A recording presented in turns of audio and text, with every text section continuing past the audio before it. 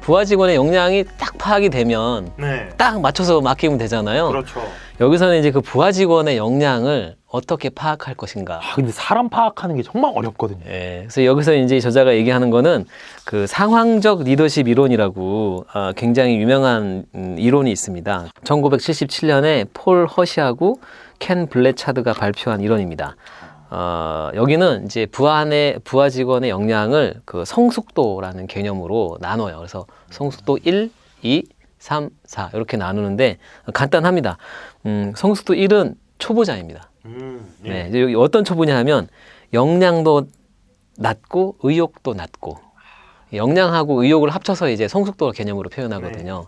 근데 이제 가끔 신입 직원은 당연히 역량이 낮잖아요. 뭐 낮다기보다 없는 거죠. 모르니까. 근데 가끔 의욕도 낮은 직원이 있습니다. 요런 게 이제 초보자 직원이고요. 두 번째는 이제 의욕 쪽 초보자라 그래가지고 업무 능력은 낮은데 의욕이 높아요. 그래서 막 하려고 뭐든지 하겠다고 막 이런 사람이고요. 이것도 좀 난감하죠. 의욕이 높은 거는 좋은데 의욕만 넘쳐서 이런 경우가 대표적으로 사고 많이 일으키는 타입들. 그렇죠. 예. 요거 말씀 잘하셨는데요. 제가 3, 4번 말씀드리기 전에 자 누구한테 맡길 것인가에 있어서 원칙이 하나 있습니다. 원칙, 대원칙. 대원칙. 그게 뭐냐 하면요. 그러니까 리더가 이게 착각하지 말아야 되는 게 리더가 일을 맡기는 이유는 조직에서 준 목표를 달성하기 위해서예요. 또 목표를 달성하기 위해서 부하 직원한테 일을 맡기는 수단을 쓰는 겁니다. 부하 직원의 능력, 인재 육성을 위해서 일을 맡기는 게 아니에요. 자, 이거를 착각하시면 안 됩니다. 그러니까 리더가 일을 맡기는 이유는 회사가 필요한 능력을 갖춘 인재를 키우고 중장기적으로 조직의 노동 생산성을 향상시키기 위해서이긴 하지만 잊지 말아야 할 게 회사가 리더에게 맡긴 업무도 있다는 겁니다. 자, 리더도 직원한테 일을 맡기지만 회사도 분명하게 리더한테 맡긴 업무가 있어요. 그게 뭐냐 하면 성과를 높이는 겁니다. 자, 그러려면 리더는 성과를 높이기 위해서 일을 맡기는 거예요. 그렇죠. 어떤 일, 어떤 부하 직원, 어떻게. 그러니 이 일을 맡겨서 이 직원이 성장시키겠다. 이런 걸 생각하면 안 됩니다. 일을 맡길 때는. 그거는 부수적인 요소예요. 그 일을 맡겨서 이 친구가 딱 맞는 재능 혹은 업무 역량이죠. 업무 역량을 갖춘 직원한테 맡기는 게 1번입니다. 의욕작 초보자. 이게 헷갈리는 거예요.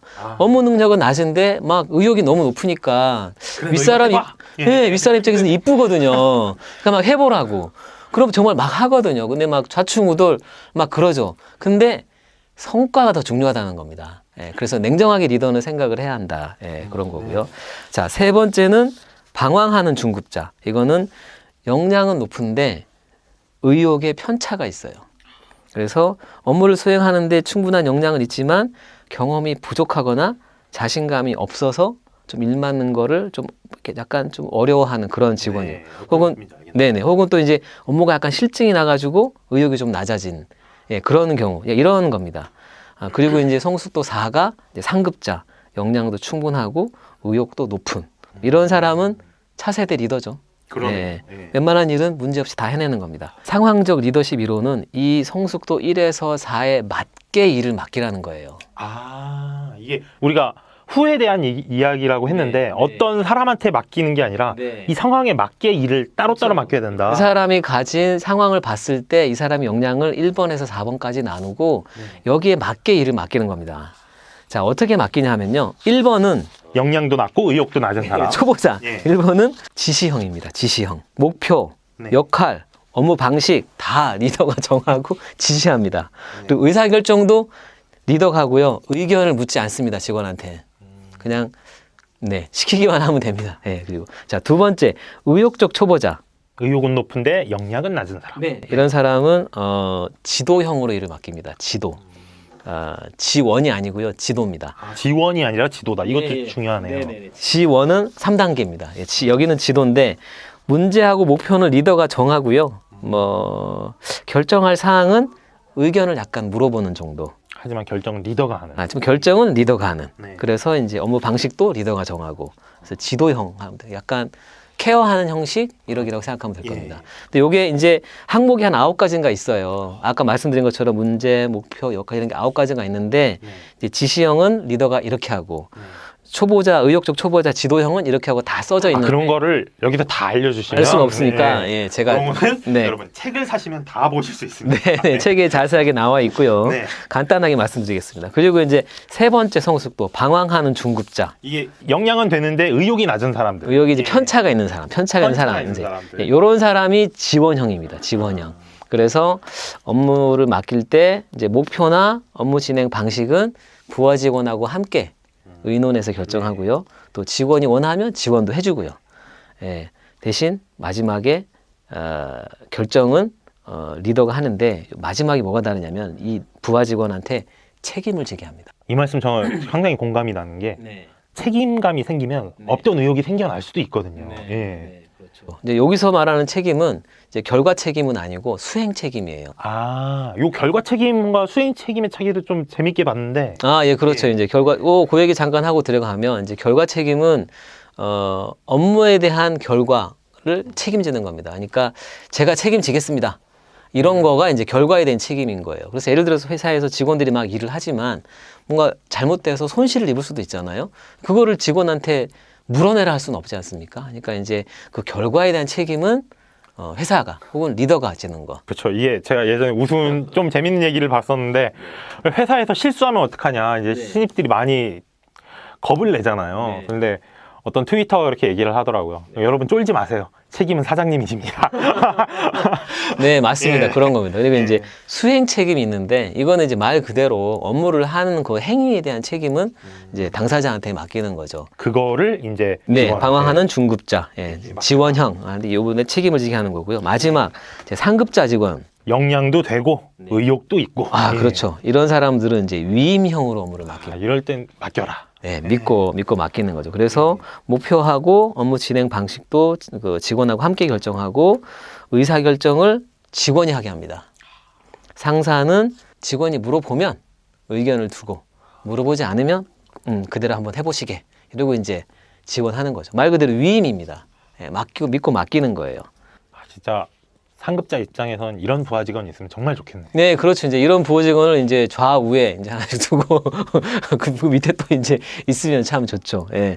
잠깐 헷갈리지 말아야 될 게 이제 이게 그 짬밥이 많이 먹었다고 상급자가 되는 건 아니에요. 그렇죠. 실제로 그 처음 하는 일은 그 사회 경력이나 회사 경력이 많아도 성숙도 1이나 2단계 일을 맡게 됩니다.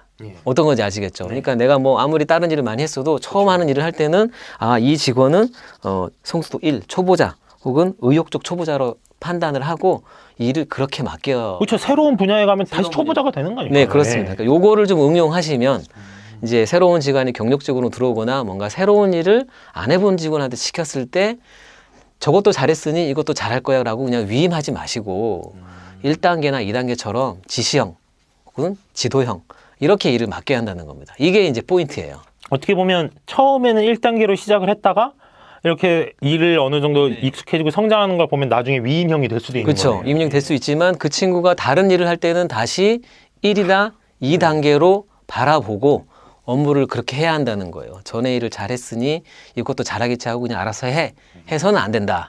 근데 이거는 저한테 굉장히 많은 팁을 줬어요. 왜냐하면 보통 이렇게 하거든요. 한 가지 일을 잘하면 다른 가지 일도 잘한다고 생각을 합니다, 보통. 근데 결과를 놓고 보면 잘 해내요. 하지만 좀 더 이제 이 일을 맡기는 방법에 달인이 되면 새로운 일을 맡길 때는 잠깐 그 친구가 일에 익숙해질 때까지 1이나 2단계 형태로 개입을 해주는 거죠. 요것도 이제 좀 상사와 부하 간의 이런 시각 차이가 좀 느껴지는데 이 일도 잘했으니까 이 일도 잘할 거라고 생각을 하신다 그랬잖아요. 부하 입장에서는 이 일도 했는데 이 일도 해야 돼 이렇게 다가오거든요. 새로운 일이 굉장히 부담감이 커요. 무섭고. 그렇군요.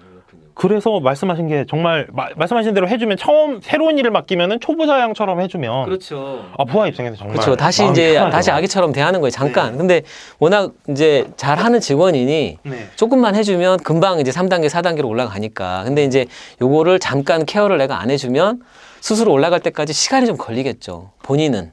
그러니까 그런 거를 없애주는 게 일을 잘 맡기는 달인이 하는 기술이겠죠. 시간이 많이 걸리거나 아니면 스트레스를 많이 받거나 많이 그럴 받겠죠. 거예요. 그냥 그런 걸 없애주는 게 결국 조직의 효율이 올라가는 거니까. 그렇죠. 예.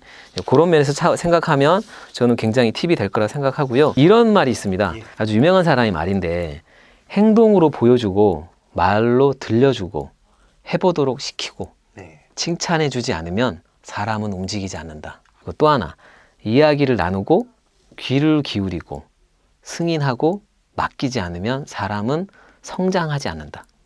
예, 이게 저는 일을 맡기는 리더에게 지침이 될 만한 내용이 아닌가 이런 생각이 듭니다. 이게 좋은 리더가 되는 게 정말 쉬운 일은 아니구나 이런 생각이 또 드네요.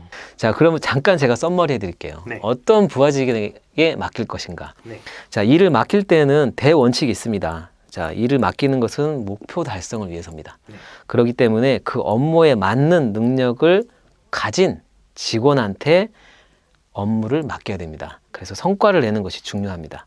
직원의 능력을 끌어올리는 게 목적이 아닙니다. 이거를 그렇죠. 잊지 말으셔야 되고요. 이제 부하 직원의 능력에 따라 1단계에서 4단계로 나눌 수 있고 각 단계별로 업무를 맡기는 방식이 다르다. 네. 그래서 1단계는 초보자고 업무를 지시하는 거로, 2단계는 의욕적 초보자이니 업무를 지도하고, 3단계는 중급자인데 업무를 지원해주고, 4단계는 상급자인데 업무를 위임하는 방식으로 일을 맡기면 됩니다.